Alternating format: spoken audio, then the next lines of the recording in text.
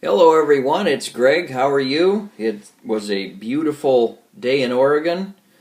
Finally, got a chance to get on my bike and about 30 miles. Good enough for early in the year, but welcome to our week 5-6 transition video. And I guess to sum up to now, things have been going pretty well. One of the things I want to alert you to is we are going into week 6 and then week 7 and then week 8 is the week of the final project, and you need to start just putting that final project in your mind now and even open up a Google Doc and start fleshing it out, because it is 5 pages and it is a simulated methods section of a dissertation. And as we get closer, we'll talk about it more. But it's probably, if you start at the week 8, it's probably unlikely to be successful on it because it takes more than 6 or 7 days. So as we get into week 7, we'll really start to talk about how we're going to do that and how I'm going to meet with each of you to talk about the project and what it looks like. But it's very standard in some sense. Very specific criteria have to be met for it. So we want to start thinking about that now. I know there's a lot to do, but three more weeks from now and we're all done. So this is week 6, and this is the week where we actually do the SBSS statistical test. Now, we're going to do 3 tests this week. We're going to do a independent samples t-test initially.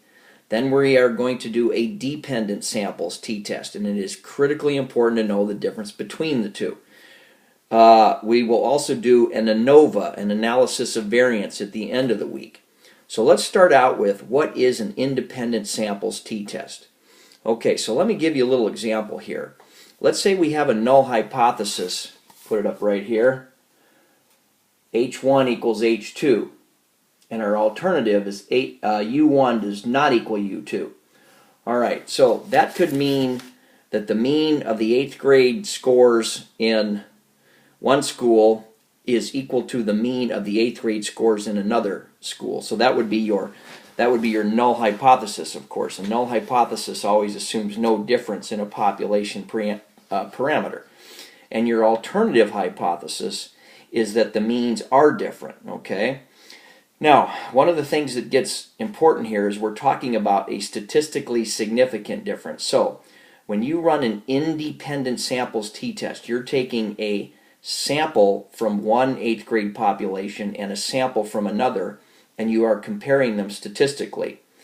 And so when you put the 2 samples into SBSS, and I will show you how that works, and you run the analysis, you're going to get an output table. Well, first of all, when you put the samples into SBSS, this is what it looks like.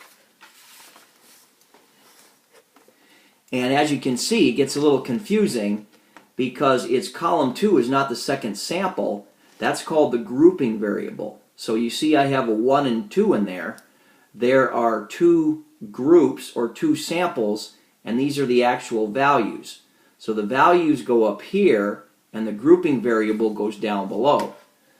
Now, when you run the analysis, let me open up the other file, this is what your output is going to look like. Okay? This is what your output is going to look like. And you're going to see a lot of numbers there. Well, I know the assignment asks you to copy and paste the SBSS output into a Word doc, and that's fine, but I'm going to ask you to do a little more so that you really understand this before we get to the final project. There are 3 things that are very important in every 2 sample t-test. The first is you're going to report the mean and the median, or the mean and the sample size of each sample. That's important. But that's not as important as the other 3 things. You're going to report the t-value. Now, some people call it a t-value. It's called a test statistic. And you'll see it. It's right there in the output. The second thing you have to do is report the p-value. Now, what SBSS calls the p-value the significance. They mean the same thing. significance is the p-value.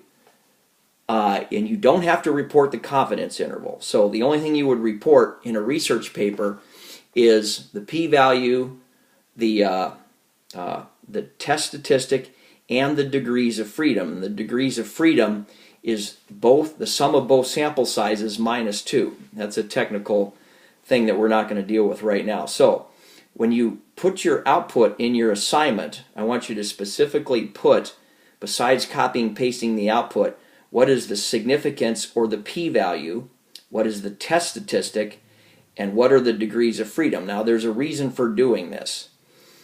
If you compare two samples, we always talk about two samples of alligators, one from Louisiana and one from Alabama, and the sample's tail length is different. That does not mean that the population's tail length is different. In order for that to be true, you would have to have a statistically significant result, which means your p-value would have to be less than 0.05. So you only reject the null hypothesis that your population means are equal when the evidence is strong enough to do that. The p-value is like looking at the evidence. If the p-value is extremely low, then you have a large amount of evidence that the population means are not the same. So it's important to understand that and to report that. So test statistic, p-value or significance, and also it would be a good thing to state, which you'll have to do in a dissertation, if there's a statistical difference between your sample means, then you would write, we reject the null hypothesis in favor of the alternative. Then that verbiage should actually go in there. We reject the null hypothesis that the population means are equal in favor of the alternative. So those are the things that are critical for a two-sample t-test. And most of you are going to be doing lots of two-sample t-tests and formatting them in APA format in your project. The second thing you'll do later in the week is called a dependent samples t-test. Now this is different. Let's say you have 10 people that go to a training session on safety at your company. They go to 3 days, they take a test. They go to 3 days of training. 3 days later they take another test. So it's the same group measured twice. That's a dependent samples t-test.